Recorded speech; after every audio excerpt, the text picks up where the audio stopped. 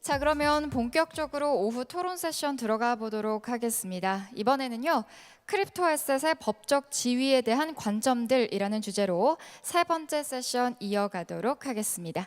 现在开始关于加密资产的法律地位相关的简介为主题的第三会议进行。 자, 그러면 한 분 한 분 모실 때마다 큰 박수로 맞이해 주시기 바랍니다. 먼저 아모랩스 황재영 변호사님, 법무법인 바른 한서희 변호사님, 법무법인 김앤장 김계정 변호사님, 법무법인 광장 윤종수 파트너님, 법무법인 태평양 윤주호 파트너님, 네, 마지막으로 국회 입법조사처 신용우 입법조사관님 무대 위로 모시겠습니다. 네, 감사합니다. 자, 오늘 이번 세션의 좌장은요, 아모랩스 황재영 변호사님께서 맡아주시겠습니다. 자, 그럼 마이크는 황재영 변호사님께 넘기도록 하겠습니다. 네, 안녕하십니까. 이번 법률 세션의 진행을 맡게 된 아모랩스의 황재영이라고 합니다. 여러 훌륭하신 변호사님들 모실 수 있게 돼서 일단 영광이고요. 이번 세션에 관해서 간략하게 설명을 드리면, 먼저 법무법인 바른의 한서희 변호사님께서 크립토 에셋을 각 세계 주요국에서 어떤 관점으로 바라보고 있는지, 또 그와 관련해서 세무 규정들은 어떤 방식으로 진행되고 있는지 일단 발표를 해주실 거고요. 그 뒤에 실제로 블록체인 업계에서 진행되고 있는 여러 가지 업무나 이슈들에 관해서 업체들이 보통 가지고 있는 궁금증들을 하나씩 제가 패널 참여해 주신 분들께 질의드리고, 그와 관련한 법적 내용들을 편안하게 이야기 나누는 자리로 준비해 왔습니다. 일단 참석해 주신 변호사님들 소개를 먼저 드리겠습니다. 제 보시는 기준으로 오른쪽으로 먼저 법무법인 바른의 한서희 변호사님 참석해 주셨고요. 그 옆에 김앤장 법률사무소에서 김계정 변호사님 참석해 주셨고, 지금 광장의 윤종수 파트너 변호사님께서 잠깐 자리를 비우신 것 같은데요. 조금 뒤에 오실 것 같고요. 법무법인 태평양의 윤주호 변호사님 참석해 주셨고, 국회 입법조사처의 신용우 변호사님 입법조사관님으로서 이 자리에 참석해 주셨습니다. 일단 우선 한서희 변호사님께서 준비해 주신 발표를 먼저 들어보도록 하겠습니다.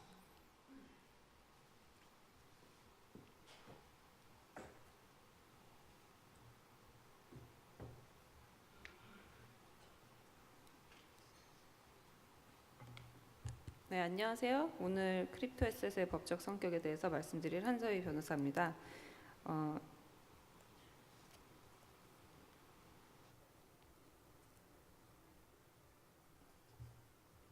우선 암호화폐라는 것이 이제 가상화폐나 가상통화 등등의 많은 용어가 혼재되어 있습니다. 그래서 국제사회에서는 현재 암호화폐가 현실에서 주로 투자 대상이 되고 있다는 점을 감안해서 크립토 에셋, 즉 암호자산이라는 용어를 사용하기 시작했습니다. 국제적으로 암호자산의 법적 성격에 관해서 화폐나 지급수단 그리고 금융상품 등 무엇인지를 규정한 사례는 없는 상황입니다.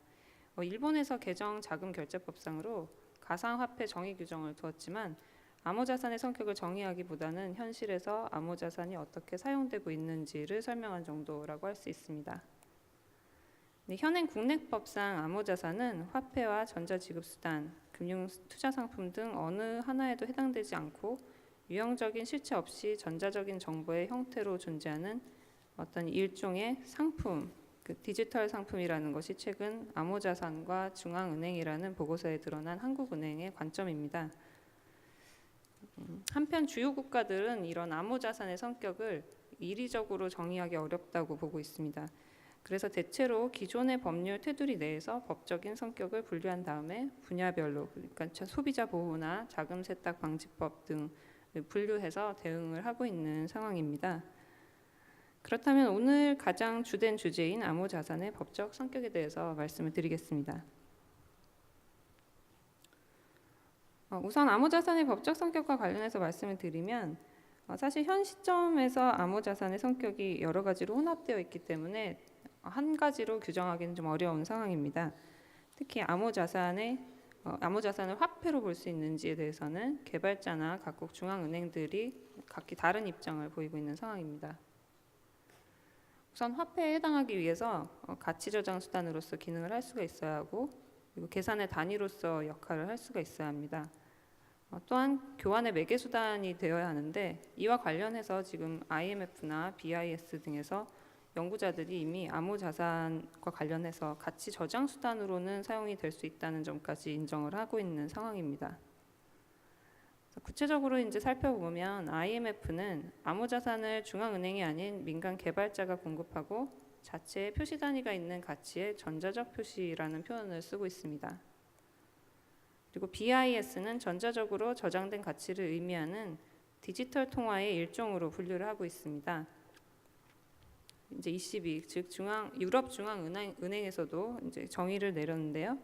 암호자산을 중앙은행, 금융기관 및 전자화폐 업자가 공급하지는 않지만 경우에 따라서는 화폐의 대체물로 쓰일 수 있는 가치의 전자적 표시라는 입장을 취하고 있습니다. 그러니까 가치를 표시하는 수단으로서는 기능을 할 수 있지만 가치 자체는 변동폭이 매우 크기 때문에 어떤 다른 물건에 대한 가치 척도가 되기는 어렵고, 그래서 교환의 매개 수단이 되기는 어렵다는 것이 현재 각 중앙은행들의 관점인 것으로 보입니다. 그러면 우리나라의 상황을 좀 살펴볼 필요가 있는데, 우리나라에서도 역시 유사한 관점을 갖고 있습니다. 지금 한국은행법상으로 규정하고 있는 것은 발행자가 한국은행만 규정이 되어 있기 때문에 사실상 암호화폐나 암호자산의 경우에는 발행 근거나 강제 통용력이 없다고 볼 수 있습니다. 그래서 화폐로 보기는 어려운 상황이고, 암호자산은 또한 어음법이나 수표법 그리고 전자금융거래법 등에 따른 지급결제 수단에도 해당하지 않습니다. 그래서 결과적으로 암호자산은 외국이나 우리나라에서 현재 화폐로 인정되기는 어려운 상황입니다. 다음으로는 암호자산이 자산으로서는 어떤 성격을 갖는지를 살펴보겠습니다. 자산으로서의 성격이 문제될 때는 보통은 금융투자 상품에서의 해당 여부가 문제되고, 또 유가증권성 인정 여부가 문제가 됩니다. 자본시장법은 금융투자 상품을 두 가지로 보통 분류를 하는데, 증권과 파생 상품으로 이제 나눠서 보는 것이 대부분이고, 비트코인과 관련해서는 블록체인 기술을 사용한 분산 장부에 불과하기 때문에 금융투자 상품과 같은 계약상 권리로 보기는 어렵고, 자본시장법의 직접적인 적용 대상에 해당한다고 보기는 좀 어려운 상황입니다. 그렇지만 토큰 같은 경우는 각 그 성격에 따라서 증권에 해당할 여지가 있고, 그렇기 때문에 그 구체적인 분석이 좀 필요한 상황입니다. 이와 관련해서도 각 나라에서 어떻게 살펴보고 있는지 각 나라별 입장을 좀 살펴볼 필요가 있습니다. 먼저 미국 같은 경우는 연방국세청에서 세법상 암호자산의 성격을 자산으로 보고 있습니다. 그리고 SEC는 개별 ICO별로 증권성을 판단해야 한다는 입장을 취하고 있고, 증권으로 인정이 될 경우에는 각종의 그 등록 의무나 완전 공시 의무, 그리고 재매매 제한이나 증권거래법상의 각가지 법적 의무와 제한이 적용이 됩니다. 그래서 증권성이 인정되면 상당히 많은 잠재적 법적 책임을 부담하게 될 가능성이 있습니다. 이제 구체적으로 조금 요건을 살펴보게 되면, SEC에서는 개별 토큰의 증권성 여부를 판단하기 위해서 하위 테스트라는 것을 수행을 하는데, 그 네 가지에 해당합니다. 네 가지에 해당할 경우에 증권성이 인정됩니다. 먼저 금전이 투자돼야 됩니다. 이때의 금전이란 것은 이더리움이나 비트코인과 같은 암호화폐도 무방하고 반드시 피아트여야만 하는 것은 아닙니다. 그리고 투자로부터 합리적인 기대 이익이 존재해야 합니다. 그래서 이때 이윤이나 이익 배당 같은 경우, 또는 투자 가치가 증대되는 경우에도 이런 합리적인 이익의 기대가 존재하는 경우에 해당합니다. 다음으로는 돈을 투자한 대상이 공동의 사업이어야 합니다. 투자자들이 재산과 전체적인 사업의 성공이 한데 묶인 상태여야 한다는 것이고, 같은 이해관계를 갖고 있어야 합니다. 마지막으로 수익이 ICO 주체, 즉 발행자나 제3자의 노력에 의해서 발생이 되어야 하고, 투자자를 제외한 다른 사람들이 노력을 한 경우에 그런 증권성이 인정이 될 수 있습니다.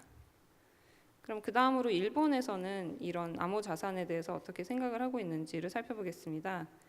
먼저 좀 오래된 이야기긴 한데 2014년경에 암호 자산의 성격을 묻는 참의원 대정부 질문 당시 있었던 일입니다.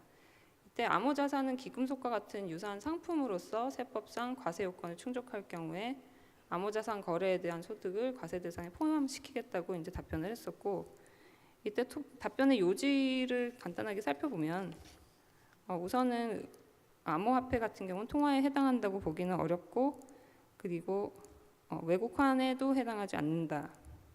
그리고 은행법이 적용되는 것도 아니고 채권 채무 관계가 포함되어 있지 않기 때문에 유가증권에도 해당하지 않는다는 것이 당시 대정부 질문에서의 답변이었습니다.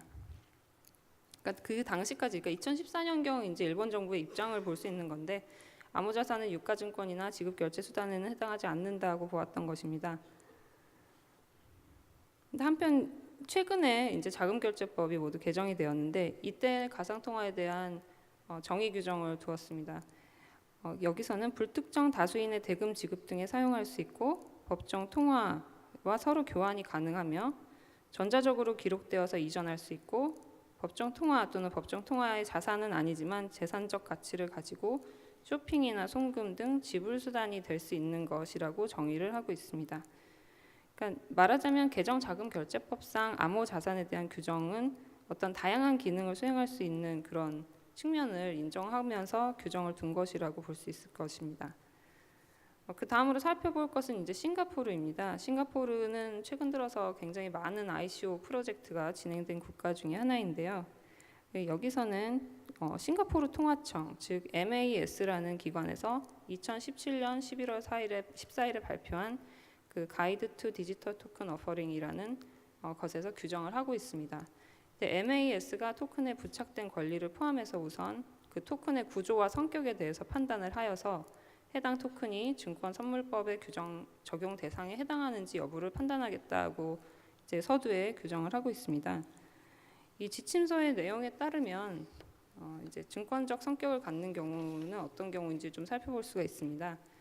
회사의 지분을 표시하거나 회사 내 토큰 소유자들의 법적 책임을 표시하는 경우, 그리고 다른 토큰의 보유자들 간의 약정을 표시하는 경우에는 주식에 해당한다고 규정을 하고 있습니다.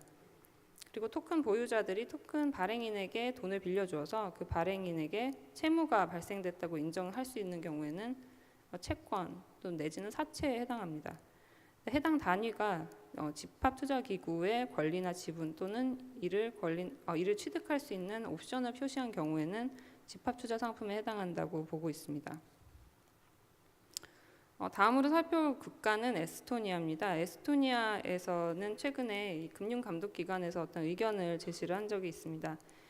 여기서는 자본시장법에 해당하는 그 증권시장법, 그리고 채권법에 따라서 ICO를 통해서 발행되는 토큰은 증권으로 간주될 수 있다고 의견을 표명을 했고요. 이때는 증권법의 적용을 받게 됩니다.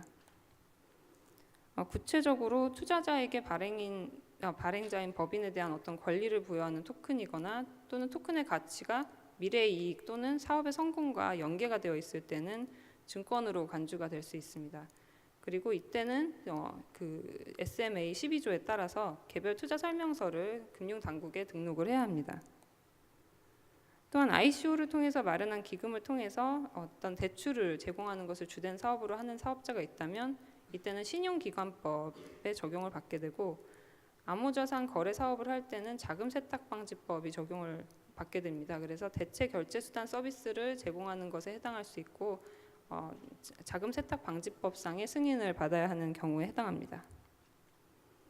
또 다른 이제 ICO를 주로 진행하는 국가 중에 하나인 스위스입니다. 스위스 같은 경우는 현재 ICO나 토큰에 대해서 일반적으로 인정되는 분류 기준이 존재하는 것은 아니고, 아시다시피 법률 규정이 있는 것은 아닙니다.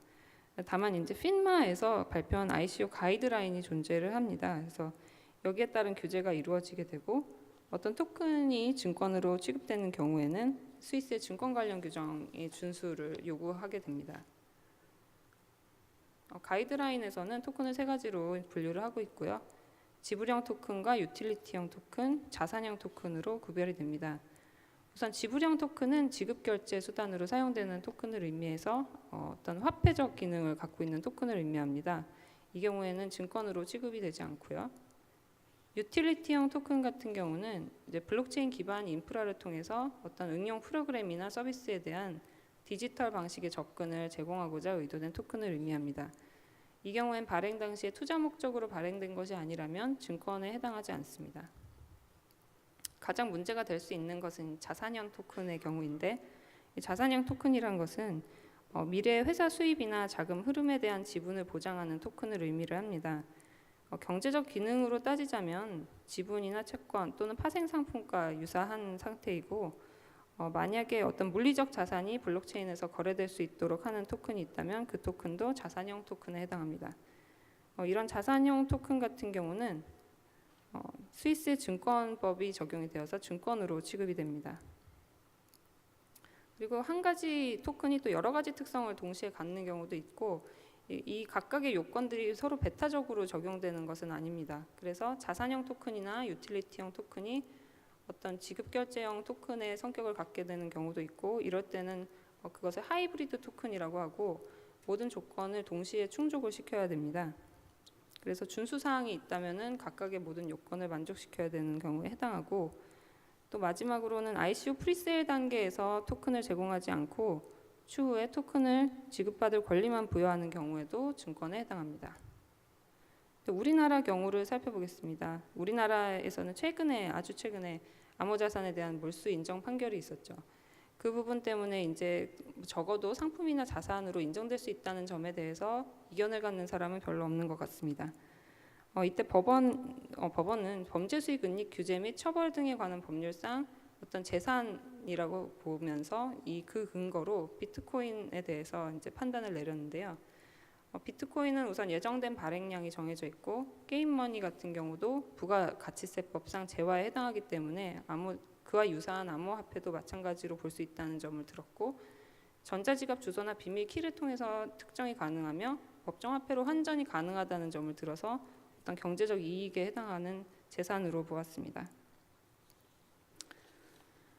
결국 암호자산의 개별적인 성격에 따라서 어떤 금융 상품이나 지급 결제 수단 또는 서비스 이용권에 해당할 수가 있고, 반드시 어느 하나에 해당하는 것으로 규정짓기는 어려운 상황입니다. 그리고 이런 각각의 성격에 근거해서 세금 부과 여부나 어떤 회계 처리 여부도 달리 볼 수 있기 때문에 이하에서는 암호자산에 대한 각국의 과세 방향에 대해서 좀 간단하게 살펴보도록 하겠습니다. 가장 먼저 미국의 입장을 좀 살펴보겠습니다. 미국에서는 연방국세청이 세법상 암호자산의 성격을 자산으로 이제 규정을 했다는 점을 아까 말씀을 드렸습니다. 그래서 자산에 관한 세법상 일반 원칙이 거의 모두 적용된다고 보시면 됩니다. 암호자산을 수취하는 시점에 어떤 교환 가치로 산정된 암호자산 취득가액을 총 수입액 또는 매출액에 포함시켜서 과세소득을 산정을 하게 됩니다. 그리고 암호자산의 매매 거래는 매수 가액과 매도 가액의 차이에 대해서 양도소득세를 부과하게 되고, 채굴을 할 때는 채굴 당시의 교환 가치를 소득에 산입하게 됩니다. 그리고 암호자산을 근로자에게 임금으로 지급할 때는 이 해당 금액이 원천징수 대상에 포함이 되는 것으로 보고 있고, 암호자산의 교환이나 판매로 인해서 이익이 발생될 경우에는 투자 목적이었다면 자본이득세를 부과하고, 어떤 부가가치세에 해당하는 소비세의 경우에는 소비세가 면제되는 경우로 보아서 소비세를 부과하지 않는 상황입니다. 일본 같은 경우에는 원래는 이제 소비세를 부과를 했었는데 2017년경부터 비과세로 전환을 했습니다. 기존에는 자금 결제법상으로 결제 수단으로만 인정이 됐지 그 통화적 성격이 인정되지 않았기 때문에 소비세를 부과를 했었는데, 최근에 2017년 7월 1일부터 이제 법률을 개정했고, 일본 정부에서는 비트코인과 같은 암호화폐 내지 암호자산의 소비세 면세를 승인을 했습니다. 독일은 이제 암호화폐를 통한 재화 용역에 대해서 대부분 과세할 수 있다는 입장입니다. 그래서 주식이나 채권처럼 투기 목적으로 구매된 경우에는 양도소득세를 부과를 하지만, 채굴 또는 개인 간의 사적인 거래의 경우에는 양도소득세를 과세하지 않습니다. 납세자가 어떤 재화나 용역을 공급받고 그 대가로 암호화폐를 지급한 경우에는 부가가치세가 부과되고 있는데, 이 부분은 최근에 이제 유럽 사법재판소에서 어떤 암호화폐 교환업자가 법정 통화와 암호화폐를 교환하는 업에 대해서 부가가치세를 과세해야 되느냐가 이제 쟁점이 된 사안에서 부가가치세 면제 대상에 해당한다는 판결을 내렸기 때문에 지금까지의 그 입장과는 달리 향후 유럽 대부분의 국가에서는 아마 부가가치세가 면세되는 방향으로 진행될 것으로 보고 있습니다. 그 다음으로는 싱가포르를 살펴보겠습니다. 싱가포르에서는 어떤 암호화폐를 상품이나 서비스를 교환할 수 있는 그 비물리적 가치로 정의를 하고 있고, 그래서 암호화폐 판매에 따른 어떤 이익, 단기 투자 이익은 소득세 과세 대상으로 보며 암호화폐를 현금이나 물품의 대가로 제공한 경우에는, 그러니까 피아트로 교환하는 경우에도 부가가치세가 과세가 되는 상황입니다. 마지막으로 우리나라를 좀 살펴보겠습니다. 우리나라 같은 경우는 현재까지 뭐 아시다시피 조세법률주의가 적용되는 것이기 때문에 법률 규정이 없는 부분에 대해서는 함부로 이것이 앞으로 조세 부분이 어떻게 될 것이다, 과세가 될 것이다 얘기하기 어려운 상황입니다. 그래서 부가가치세 같은 경우는 우선 조금의 논란이 있을 수 있는데, 부가가치세는 유럽의 사법재판소 판결도 있었고 여러 가지 이유로 인해서 부과를 하지 않는 쪽으로 입법될 가능성이 많다는 그런 견해가 있습니다. 그리고 현행법만으로는 현행법만으로도 법인세는 부과할 수가 있습니다. 법인세는 순자산이 증가되면 무조건 이제 부과가 가능하기 때문에, 그것이 암호자산과 관련된 업무를 통해서 어떤 법인이 순자산 증가를 이루었다면 그에 해당하는 만큼의 법인세를 낼 수밖에 없습니다. 근데 개인의 소득세는 조금 달리 볼 수가 있는데, 개인이 그렇다면 이제 소득 활동을 영위한 것으로 볼 수 있느냐가 이제 쟁점이 될 수 있었습니다. 근데 최근에 통계청에서 아시다시피 블록체인과 관련된 산업 분류 코드를 모두 발표를 했습니다. 그래서 앞으로는 아마도 사업자들이 사업자 등록을 할 수 있게 될 것이고, 그렇다면 이제 소득 활동을 한 것으로 인정이 될 것이기 때문에 그 암호자산 관련 사업을 통해서 개인이 사업을 해서 소득을 얻었다면 그에 대해서도 소득세가 부과될 것으로 전망을 할 수 있습니다. 양도소득세 같은 경우는 조금 이제 그 법률상 명확하게 규정이 되어 있습니다. 그래서 양도소득세 부과 대상이 되는 거래들이 규정되어 있는데, 현재 암호자산에 대한 거래는 양도소득세 부과 대상으로 법률상 규정이 되어 있는 상황은 아닙니다. 그래서 만약에 양도소득세가 부과되기 위해서는 결국에는 법률 개정이 필요한 부분이고, 암호자산 거래에 대해서 양도소득세 부과하기로 하는 어떤 입법적 결단 없이는 양도소득세 자체는 부과되기 어려운 상황입니다. 그리고 마지막으로 이제 살펴볼 것이 상속세와 증여세 부분인데, 상속세나 증여세는 그 부과 대상이 매우 포괄적으로 규정이 되어 있습니다. 그래서 상속세나 증여세를 지금 현재 상황에서 부과하는 것은 어렵지는 않습니다. 다만 상속세나 증여세를 부과하기 위해서는 어떤 개인의 재산이 어딘가 은닉되어 있거나 하는 것을 찾아야 되는 문제점이 있고, 또 그 교환 가치를 산정하는 시점이나 그 대상 금액이 그렇다면 어느 정도로 될 것이냐. 왜냐하면 암호자산 같은 경우는 굉장히 시세가 급격하게 변동하기 때문에, 그럼 세금 부과 대상이 되는 기준 시점은 언제가 될 것이냐, 뭐 이런 여러 가지 쟁점들에 있어서 입법적으로 좀 추가가 되어야 하는 상황이긴 합니다. 그래서 앞으로 상속세나 증여세는 지금 현 상황에서도 충분히 부과는 될 수 있겠지만 언제부터 과연 부과가 될지는 이것 역시도 좀 예측하기 어려운 상황입니다. 지금까지 이제 암호자산의 법적 성질에 대해서 좀 간략하게 좀 원론적인 입장을 말씀을 드렸습니다. 여기에 따라서 좀 각국의 세금 부과 현황도 좀 살펴봤는데, 만약에 법적 성질이 암호화폐가 처음에는 화폐적인 성질에서 시작된 것은 맞지만 자산적 성질이나 또 복합적인 성질로 점점 더 진화해 나가고 있는 상황인 것으로 보입니다. 그리고 이것은 블록체인 기술 발전과도 굉장히 맞물려 있는 것이고, 앞으로 이런 경향이 더 심화되지 않을까 하고 조심스럽게 예상을 해봅니다. 이런 특징들이 결국 각국의 세금 부과나 회계 처리에도 영향을 미치고 있기 때문에 또 앞으로 많은 논의가 계속될 것으로 보이고, 조속한 시일 내에 이런 모든 법적 쟁점들이 좀 입법화되어서 정리가 될 필요성이 있다고 이제 생각을 합니다. 좀 긴 발표를 들어주셔서 감사드리고 이상으로 발표를 마치겠습니다. 네, 한서희 변호사님 발표 잘 들었습니다. 감사합니다. 이제 그 변호사님께서 정리해 주신 내용들을 바탕으로 실제 블록체인 업계에서 많은 분들이 궁금증을 가지고 계시는 내용들을 하나씩 좀 정리를 해보도록 하겠습니다. 제가 일단 먼저 저희 크게는 세무나 증권성 평가 그리고 OTC와 뭐 외환거래법 문제 그리고 마켓 메이킹과 자본시장법처럼 좀 다소 예민할 수도 있지만 현실적인 문제들에 대해서 좀 편안하게 이야기를 나눠보려고 합니다. 그래서 우선 윤주호 변호사님께 좀 질의를 드리고 싶은데요. 저희 보통 국내 업체 간에 뭐 IT 필드가 굳이 아니라도 용역 업무 같은 계약을 맺고 그 대가를 이더리움이나 비트코인처럼 암호화폐로 지급하는 경우가 점점 늘어나고 있거든요. 근데 이제 그 경우에 부가가치세를 내야 하는지 일단 그런 궁금증들을 가지고 계시는 분들이 많은 것 같고, 또 하나 거래소에서 개인 자격으로 시세 차익을 이용해서 소득을 냈을 때 그 소득에 대해서 뭐 소득세나 아니면 양도소득세 같은 게 부과될 가능성이 있는지 그에 관해서 뭐 정리 또는 약간의 의견을 좀 먼저 여쭙고 싶습니다.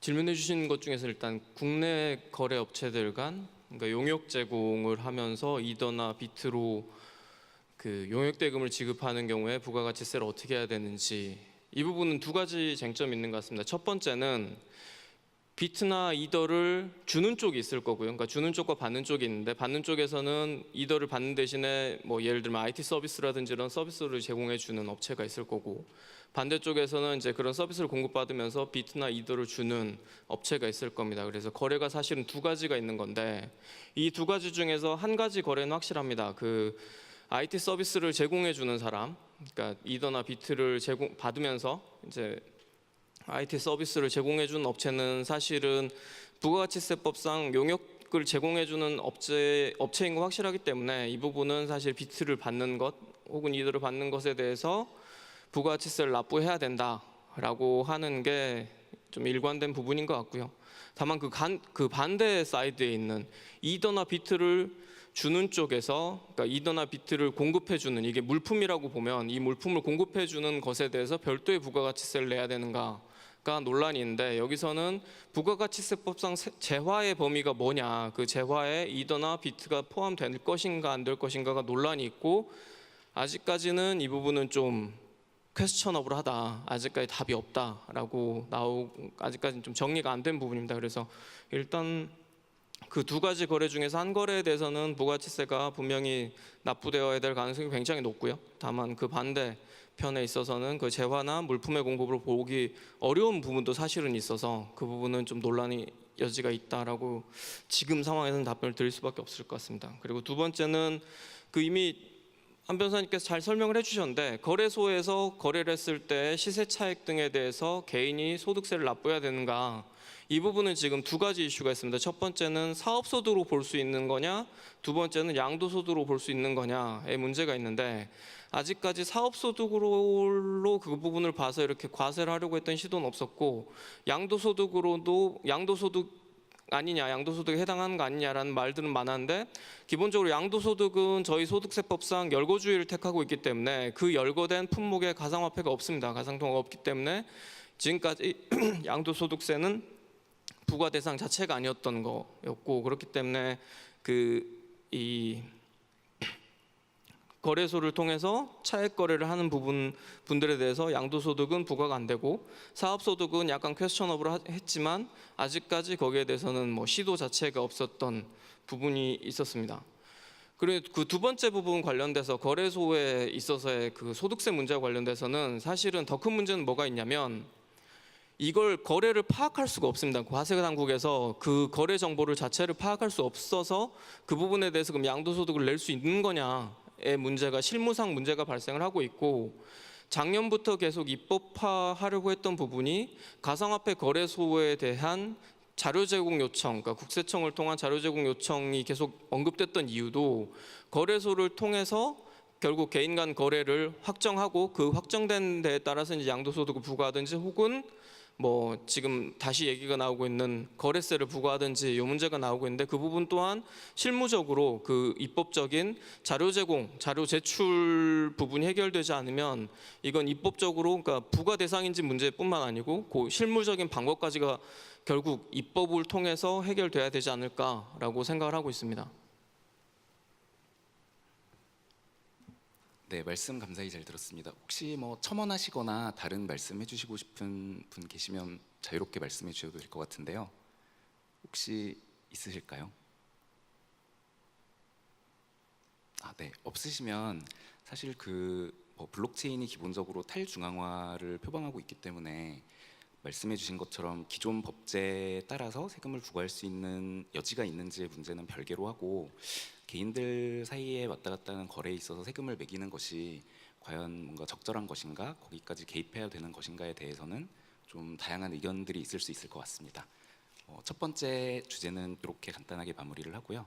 이제 두 번째로 김계정 변호사님께 좀 여쭙고 싶은 내용이 있는데, 그 블록체인 메인넷 개발하는 경우에 보면 작업 증명 방식이 뭐 예를 들어서 POW, POS 이런 방식으로 다양하게 이루어지고 있는데요.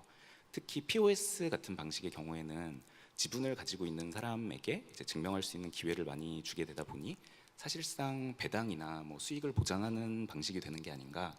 그래서 그 작업 증명 방식 자체로 뭐 증권성을 가지게 되거나 유사수신 행위에 해당할 수도 있지 않나, 그런 의문을 가지고 계시는 분들이 좀 계시거든요. 그래서 그것과 관련해서 의견을 좀 여쭙고 싶습니다. 네, 일단 뭐 잘 아시겠지만 증권에 해당하는 경우에는 자본시장법상 발행이나 유통에 관해서 규제를 받게 됩니다. 그래서 POS 같은 경우에 뭐 수익을 배당받거나 수익을 분배하는 게 증권에 해당하는 것이 아닌지 좀 의문을 가지고 계신 것으로 보이는데요. 자본 죄송합니다. 자본시장법상 증권은 6가지로 열거가 되어 있고요. 지금 토큰 같은 경우에 가장 문제가 되는 게 투자계약증권입니다. 투자계약증권 같은 경우는 특정 투자자가 그 해당 투자자와 다른 제3자와의 공동사업에 금전 등을 투자하고 주로 타인이 수행한 그 공동사업의 결과에 따라서 수익을 받을 계약사의 권리가 표시된 것으로 정의가 되었는데요.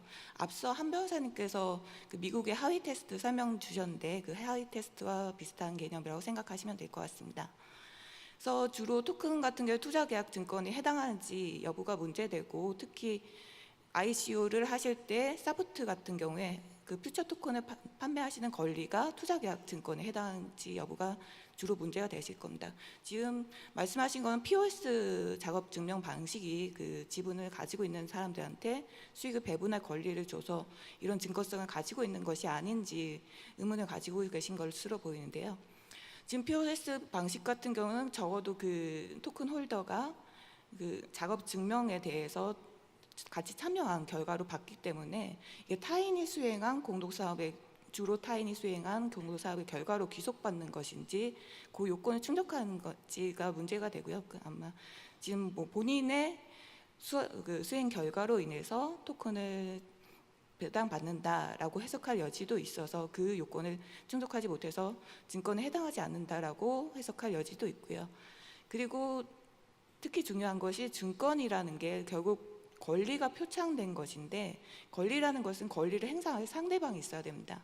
근데 완전히 분산화된 퍼블릭 블록체인 같은 경우에 그 권리를 행사할 상대방이 누구인지 특정되지 않아서 그런 요건을 또 충족하지 못해서 증권에 해당하지 않는다고도 볼 수 있을 것 같습니다.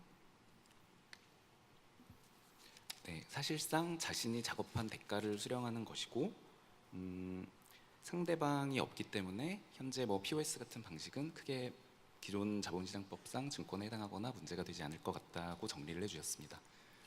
혹시 뭐 관련해서 첨언하실 분이 계실까요?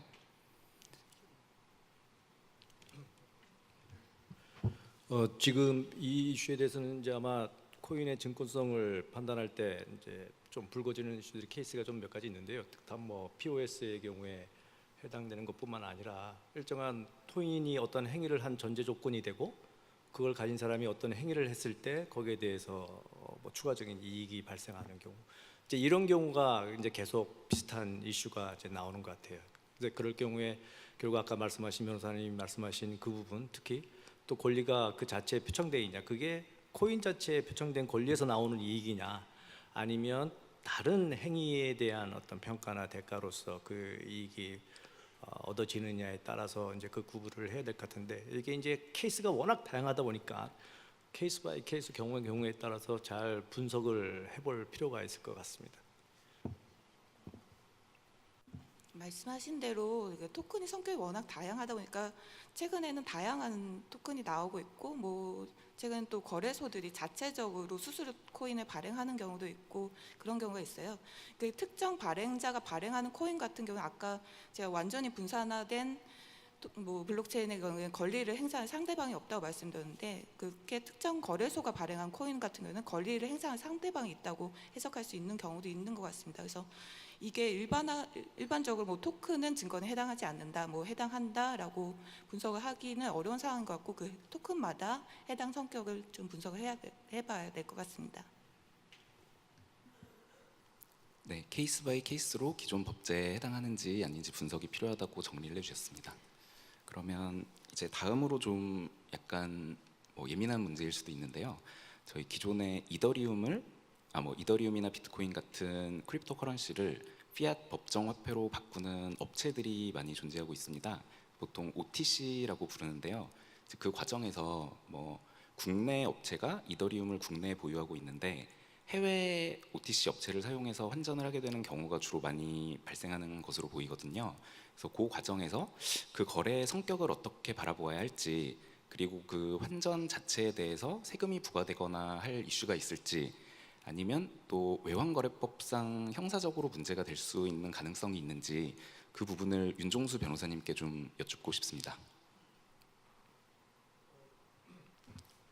네, 어려운 까다로운 문제인데 뭐 OTS는 뭐 여러분들이 이제 잘 아시겠지만 뭐 형태로 따지면 두 가지 형태로 뭐 할 수 있겠죠. 단순한 브로커 형태, 중개 형태로 갈 수도 있고 아니면 딜러 형태로 해서 또 자기가 당사자가 되는 이런 형태로 갈 수 있는데 뭐 국내에서야 하는 거 지금 뭐 거래소에서 뭐 일어나는 여러 가지 행위하고 그렇게 큰 차이가 없겠습니다만 이제 해외하고 연결되는 부분은 결국 뭐 세금 문제는 아까 설명하신 여러 가지 원칙에 따라서 그 부분을 갖다가 파악할 수밖에 없는데 이제 외환 부분이 이제 문제가 될 수 있거든요. 근데 외환이 사실은 이 암호화폐를 적용시키기가 되게 애매한 부분의 영역이 좀 있습니다. 사실 외환은 거의 모든 행위를 신고를 전제로 해서 이제 이루어지거든요. 모든 행위가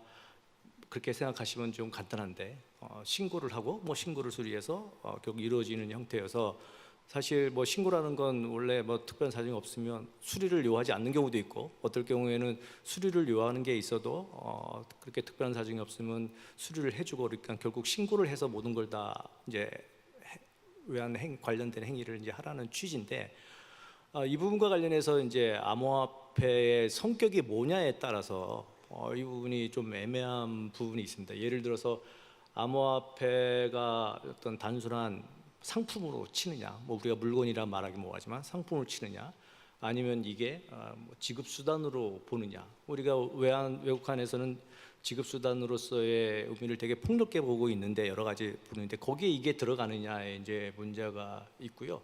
그다음에 아까 말한 상품으로 보면 결국 OTC는 뭐 가운데서 이거를 중개를 하느냐, 뭐 딜러를 업으로 하느냐 이제 그 문제가 있겠지만 기본적으로 암호화폐를 외환으로 바꾸는 과정에 있어서 이걸 단순한 암호화폐를 상품으로 보고 이걸 경상거래 방식으로 결국 물건을 팔고 외화를 취득하는 이런 방식의 것으로 만약에 보면 뭐 경상거래 자체로 보면 이거는 소위 말하는 외국환의 매매의 뭐 중개나 이런 매매를 업으로 하는 경우에는 해당 안 될 수가 있어서 그 부분에서 특별하게 어떤 그 행위 자체를 위해서 뭐 인가를 받는다는 거는 괜찮을 수 있지만 이 자체를 일종의 지급수단을 보고 결국 외화를 매매를 하는 행위라고 보고 이거를 중개하거나 또는 매매를 업으로 하는 경우에는 또 인가를 받아야 되는 이제 그 문제가 있거든요. 근데 이거는 사실 외국화는 뭐 어떨 경우에는 신고를 하려고 해도 결국 신고를 받는 쪽 입장에서 이게 어디에 해당되는지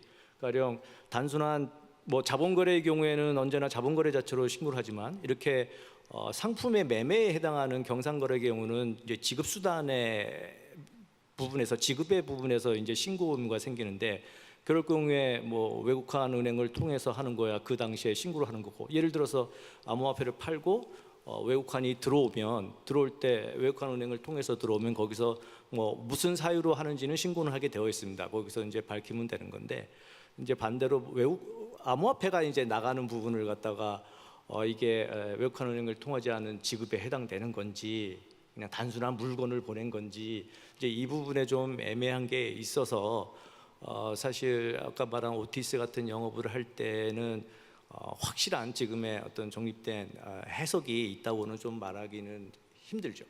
그래서 근데 이 부분은 OTS만의 서비스만의 문제는 아닌 것 같아요. 하여튼 외국하고 관련된 부분에 있어서 암호화폐 이동에 항상 퀘스천 마크가 붙는 그런 부분이어서 이거는 뭐 상당히 뭐 사실 그렇게 따지면 지금 뭐 ICO 하면서 외국으로 보내고 받고 한 부분이 이게 일종의 지급 수단으로 보면은 또 신고 문제가 불거질 수도 있거든요. 그래서 그걸 그렇게 과연 넓게 해석해서 외국환거래법을 지금 적용할 수 있는 건지 아닌지 이거는 아직 명확한 답변은 안 나온 상태인 것 같습니다. 네. 그러면 사실 저는 좀 개인적으로 궁금하기도 한 게 이런 경우에는 기본적으로 암호화폐는 국경이 없고 이제 탈중앙화돼 있다는 것이 가장 큰 장점이자 특징인데 이런 경우에 외화처럼 취급을 해서 규제를 하는 게 적절하다고 생각하시는지 좀 개인적인 의견도 좀 궁금하긴 하거든요. 근데 그거는 뭐 각 나라마다 다른데요. 저희가 사실 이 외국환 쪽의 규제가 가장 세다고 뭐 저도 외국환 쪽의 완전한 전문가는 아닙니다만 가장 센 이제 법으로 알고 있거든요. 그래서 외국환법 보시면 뭐 단순한 암호화폐가 아니라 가령 뭐 외화 지급하는 거 말고도 뭐 상계를 하거나 뭐 채무를 부담하거나 하여튼 모든 행위가 대부분은 이제 바깥으로 나가는 거에 대해 주안점이 되어 있죠. 그럴 때 이제 상당한 규제가 강해져 있고 하여튼간에 아까 말한 무조건 전제를 신고를 해라라는 게 이제 전제되는데 말씀하신 대로 이제 암호화폐는 어떻게 말하면은 외국으로 나갈 때 되게 쉽게 소액부터 시작해서 뭐 많은 금액까지 쉽게 이제 나갈 수 있고 그게 또 어떤 그 부분에 해당하는 걸 전제로 법이 만들어지지 않았기 때문에 그거를 신고를 해서 수리를 받는 방법도 사실 이게 명확하지 않거든요. 그러니까 그런 상황이니까 이게 사실 법 자체 외국환 법 자체가 되게 강력하게 만들어져 있고 지금의 암호화폐의 성격하고는 좀 안 들어맞는 그래서 이 부분은 좀 법적인 명확성을 위해서도 빨리 이제 정리가 될 필요가 있는데요. 근데 아까 뭐왜 암호화폐의 성격이 단순한 상품의 매매로 외에 어떻게 말하면은 일종의 지급 수단처럼 또 활용되는 측면이 있어서 이 부분을 또 외환 당국에서는 또 그냥 가만히 놔둘 수는 없는 또 그런 상황 같습니다. 그래서 되게 좀 어려운 상황 같아요. 근데 빨리 좀 정비가 필요할 것 같다는 생각입니다. 네, 혹시 그 입법조사처에 계시는 신용호 조사관님께서는 개인적으로 혹시 어떻게 생각하시나요?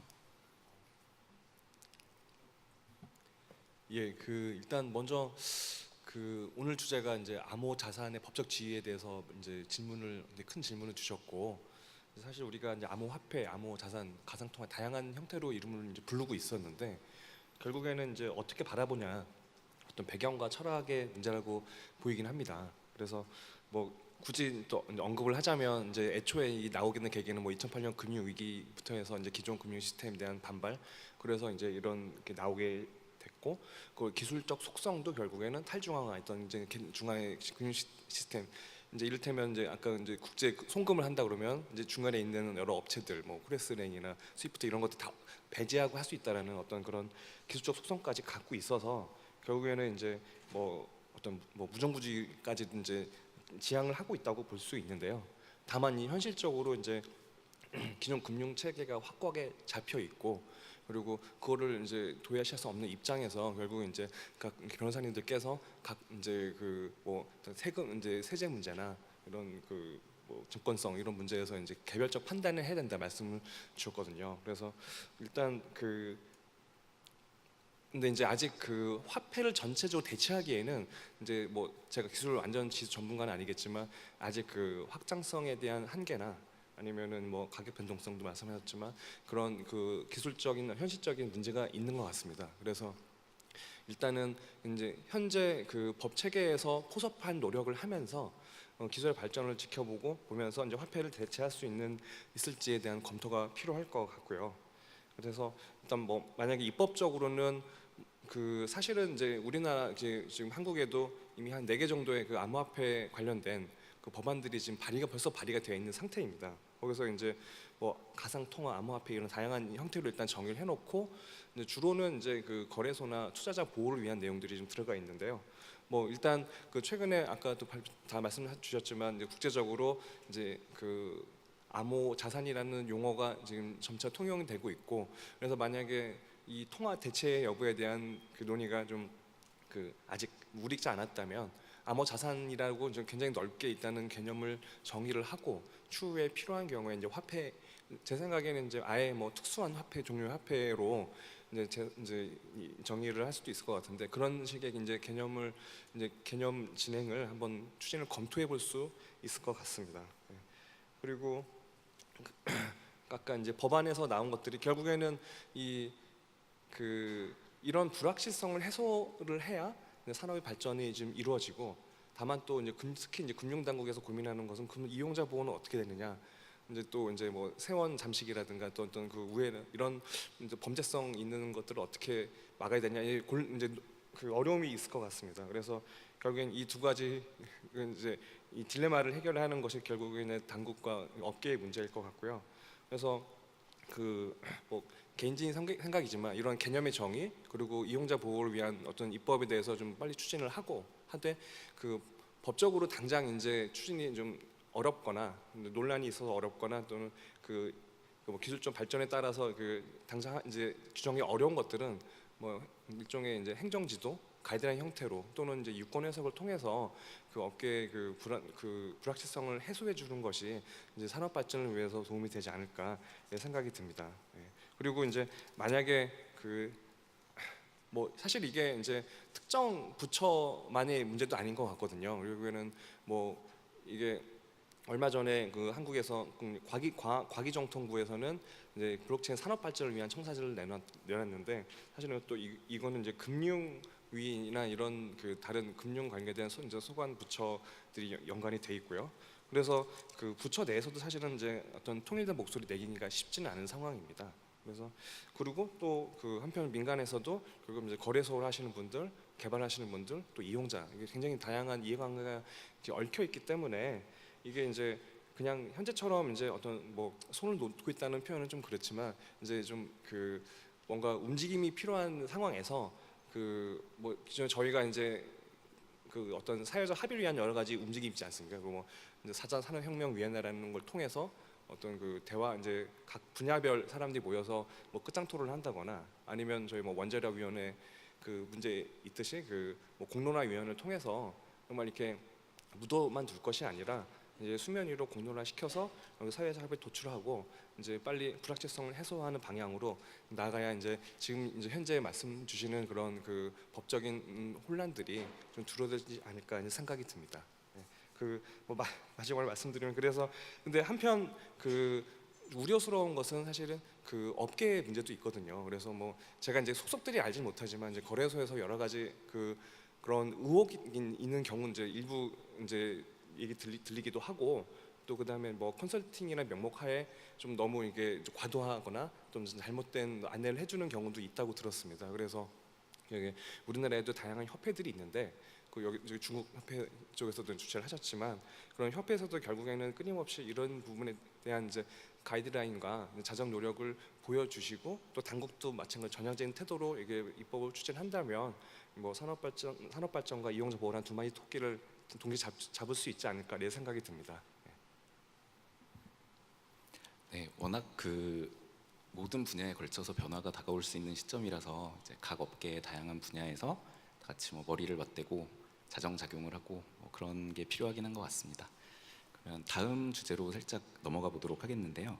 그 소위 거래소에서 이루어지는 마켓 메이킹에 관해서 이제 어떤 분들은 기존의 증권 시장에도 충분히 존재하던 것이고 유동성 공급을 통해서 시장을 살리는 뭐 합법적이고 좋은 움직임이다 이렇게 평가하시는 분들도 계시고, 또 어떤 분들은 현재 상황을 봤을 때에는 사실상 기존 자본시장법의 시세 조종에 가깝다, 마켓 매니플레이션에 가깝다는 의견을 가지고 계시는 분도 계시는데, 현재 암호화폐 시장에서 뭐 마켓 메이킹 같은 게 이루어진다고 했을 때 형법상의 문제나 기존의 자본시장법상 문제가 발생할 여지가 있는지 한서희 변호사님께 좀 여쭤보고 싶습니다. 저는 사실 발표하느라 상당한 에너지를 썼기 때문에 좀 간략하게만 말씀을 드리겠습니다. 근데 생각해 보면 사실 그 뭐 자본시장법상 시세 조정과 비슷한 정도의 행위로 볼 여지는 저는 있다고는 생각을 합니다. 어떻게 생각하면 투자자들에게 좀 잘못된 시그널을 줄 수가 있고 또 이런 것을 하는 것이 뭐 기본적으로는 블록체인이 처음에 생겨났던 게 뭐 2008년 금융 위기나 뭐 금융 시스템에 대한 불신에서 비롯된 건데 기존 금융 시스템에서 이루어지고 있는 일들이 이런 뭐 코인이나 암호화폐 시장에서 또 이루어지고 있다는 게 어떻게 생각하면 좀 모순된 측면이 있지 않나 이런 생각을 하면서도 또 뭐 업계에서 또 이런 일이 이루어지는 것 자체가 꼭 비난할 만한 행위냐에 대해서 물으신다면 꼭 그건 또 아닐 수도 있다는 생각은 하지만 어쨌든 좀 문제가 될 수 있는 소진이 있다 이렇게 생각은 합니다. 다만 이게 바로 자본시장법상 어떤 뭐 벌칙 조항이 적용될 수 있냐의 문제로 들어가면 우리나라 같은 경우는 뭐 죄형 법정주의 원칙이 있는 나라이고 또 형벌 조항 같은 경우는 어차피 좀 엄격하게 해석하자는 또 원칙이 있고 유추 해석이나 확장 해석에 대해서 굉장히 경계하는 뭐 측면이 있기 때문에 바로 이것을 자본시장법상 벌칙 조항에 뭐 해당할 수 있을 거라고는 사실 보지 않고 또 최근에 이제 제가 또 활동하는 단체 중에 이제 이런 블록체인과 관련해서 이제 학술적으로 좀 연구하는 블록체인 법학회라는 곳에서 어떤 분이 이 주제와 비슷한 이제 주제를 가지고 연구를 해보겠다 뭐 이렇게 발표를 하신 적도 있었는데 그런 움직임이 있는 걸로 봐선 당장에 그게 이제 적용이 되지 않으니까 그런 걸 연구를 해보겠다는 취지로 저는 이제 해석이 되어서 아마 유추 적용 자체가 바로 되기는 어렵고 지금 이제 뭐 벌칙 조항이 적용돼서 처벌되는 행위로 보기는 어렵지만 향후에 어떤 입법적인 뭐 움직임이 있거나 또 그것을 적용해서 뭐 관련자들이나 피해자가 생겼을 때 그것을 처벌하려는 움직임은 생길 수도 있지 않을까 이렇게 조금 조심스럽게 예측은 할 수 있을 것 같습니다. 근데 이건 그냥 갑자기 든 생각인데 혹시 입법조사처에 계신 저희 변호사님이 계시니까 변호사님께서는 이런 뭐 관련된 질의나 뭐 자본시장법상 적용 여부에 대해서 혹시 의견을 요청받은 적은 없으셨는지 이런 게 조금 궁금해서 한번 여쭤보고 싶습니다. 제가 모더레이터도 아닌데 한번. 이게 일단 조사처 내에서도 다양한 팀이 나눠져 있어서 마치 이제 정부에서 금융위, 과기정통부, 방통위가 나눠져 있듯이 좀 이제 각각의 좀 따로 담당한 분야들이 좀 있긴 합니다. 그래서 그 자본시장법 관련해서는 이제 질의가 있는 걸로 알고 있는데 담당자는 따로 또 계시긴 하는데요. 그것도 이제 관련해서는 이제 아직 근데 이제 그 기본적으로 이제 암호화폐, 암호자산에 대한 기본 이제 법제조차 이루어지지 않아서 이제 개별 법에 대한 어떤 해석들에 대해서는 사실은 이제 입법적인 부분이 이제 일단 그 사법적으로 문제가 많이 불거져야지만 그 다음에 입법적인 어떤 그 움직임이 생기기 때문에 아직 그렇게 이제 그 국회 차원에서 많이 논의가 되고 있지는 않은 것으로 좀 보입니다. 이를테면 아까 뭐 그 부가가치세를 이제 부과해야 되는지 양도세를 부과해야 되는 새로 이제 제정을 해야 되는지에 대해서 이제 이게 그 아직 그 선제적으로 뭔가를 이제 하기에는 이제 현재 그 상황이 무르익지 않은 상황인 거죠. 이제 그래서 그 업계 중심으로 해서 이런 공론화를 시켜야 된다고 이제 생각이 이제 드는 거고요. 그 다음에 이제 약간 형사적인 거를 이제 간단히 말씀 주셨는데 그 사실 이제 어떻게 보면은 약간의 또 이제 어떻게 보면 이제 업계를 해치는 좀 이런 사기성이 있는 분들이 있는데 그런 분들이 그 있음으로 해서 또 이 산업 발전에 오히려 이제 그 추진이 안 되는 경향이 있거든요. 그리고 실제로 이제 뭐 그 검찰이 이런 쪽에서도 그런 사건들이 조금씩 들어오고 있다고 합니다. 그래서 그런 것들을 이제 형법상 사기나 이런 것들로 규율하기가 어려운 부분이 있을 수 있기 때문에 이제 조금 더 엄밀하고 사전적으로 이런 어떤 암호화폐를 둘러싼 암호자산을 둘러싼 이제 사기 문제를 해결할 수 있는 그런 이제 그 법제화나 또는 가이드라인을 제시하고 그래서 좀 더 어떻게 보면 물이 더 맑아져서 더 물고기가 자랄 수 있는 환경을 만드는 것이 중요하다고 생각은 듭니다. 네, 저는 윤주호 변호사님께 좀 개인적으로 생각이 궁금하기도 한데요. 방금 자본시장법 같은 걸로는 크게 형사처벌 대상이 되지는 않겠지만 뭐 예를 들어서 거래소 안에서 큰 세력들이나 많은 토큰을 보유하고 있는 주체들이 소위 자정거래를 해서 가격을 올린다거나 특정한 가격을 만들어가면서 다른 시장 외부에 있는 구매자들에게 이제 들어올 동기를 줘서 나중에 향후 뭔가 토큰을 팔았을 때 본인들이 이익을 챙기게 된다면 뭔가 형법상 사기로도 충분히 규율이 가능할 것 같거든요. 그래서 거기에 대해서는 혹시 어떻게 생각하시는지. 지금 거래소 관련돼서 그러니까 뭐 언론 등을 통해서 계속 발표가 되고 있지만 이제 거래소 관련돼서 몇 가지 사실 이슈들이 있었던 게 있었습니다. 뭐 잘 아시겠지만 예전에 신용 판매 관련돼서 뭐 도박 계장이냐 아니면 뭐 횡령이나 뭐 배임 아니면 뭐 사기 뭐 이런 문제들이 있었는데 그 당시에도 사실 검찰에서는 자본시장법은 적용 자체를 안 했습니다. 왜냐하면 당연히 검찰에서도 자본시장법 유추 적용할 수 없다는 건 너무 명백해서 그 부분 적용을 안 했었고 이제 도박 계장하고 사기 이런 게 특히 좀 문제가 됐었는데요.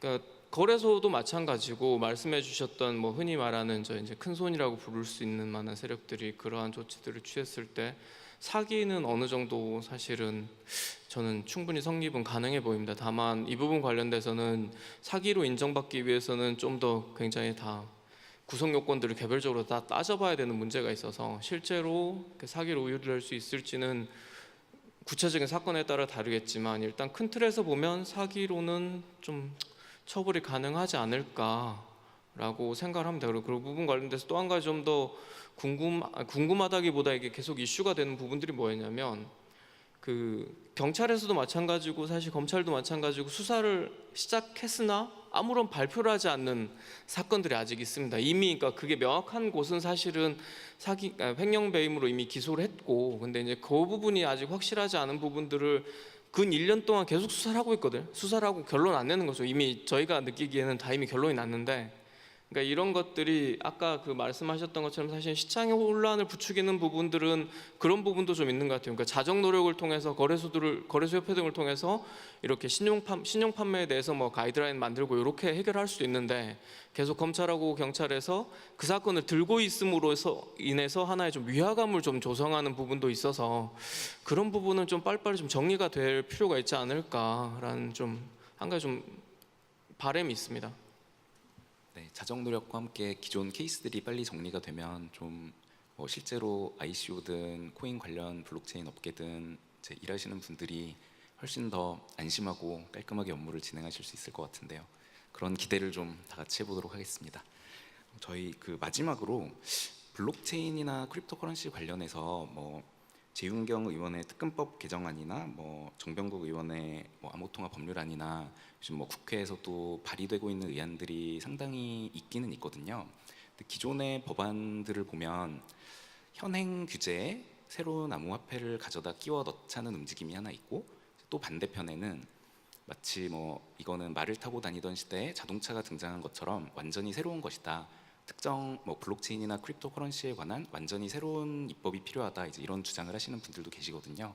그래서 일단 그 입법조사처에 계시는 조사관 신용호 조사관님께 큰 입법 방안에 대해서 뭐 어떤 의견을 가지고 계시는지 한번 여쭤보고 싶습니다. 예, 결국은 이 새로운 기술이 이제 들어왔을 때 결국에는 아까 말씀하신 대로 기존 어떤 법제 안에서 결국은 이제 그 조금씩 마이너한 이제 그 변화를 통해서 그걸 이제 입법 그 목적을 달성할 것인지 아니면 이제 세수는 세부대에 담을 것인지에 대해서 고민이 있는데요. 그 지금 사실은 이제 두 가지 법안이 다 나와 있어서 어느 쪽이 좀 옳다 지금 말하기는 좀 어려운 상황인 것 같습니다. 그런데 그 어떤 입법 형식은 별 이제 그 뭐 어떤 개정인지 제정인지보다는 결국에 아까 말씀드린 그런 그 암호 화폐, 암호 자산에 대한 정의 그리고 그 이제 이용자 보호에 대한 어떤 장치들 아까 또 말씀하셨지만 그 거래소의 보고 의무라든가 이런 것들이 들어가는 것이 이제 중요하고 그리고 또 그 원래 이제 또 전면 개정과 그 전면 개정과 재정의 경우에는 좀 더 그 절차들이 까다롭거든요. 그래서 뭐 그것을 만약에 우회하는 방향으로 갈 것인지라면 이제 좀 더 마이너한 그 일부 개정의 방향을 갈 수 있고 그런 그 어떤 속도의 문제도 고려해서 입법 방식을 정할 수 있을 것 같습니다. 네, 더 말씀을 많이 듣고 싶은데 시간 관계상 저희 패널 토론은 여기서 마무리를 해야 될 것 같고요. 아무래도 저는 개인적으로는 블록체인이 세상을 많이 바꿀 기술이라고 생각하는데 이제 새로운 기술이 삶에 들어오고 규정들이 생기는 과정에서 아까 말씀하신 대로 자정 노력이나 각 분야의 많은 분들이 연구도 하시고 뭐 교수님들께서 뭐 법 경제학적인 관점이나 뭐 경제학적인 관점에서 논문도 많이 써주시고 업계에서도 뭐 깔끔한 일처리를 하는 방향으로 자정 노력을 많이 진행하는 과정에서 앞으로 블록체인 산업의 미래가 밝아지기를 기원해 보면서 이번 토론 시간을 마치도록 하겠습니다. 참석해 주신 변호사님들께 다시 한번 감사드립니다. 감사합니다.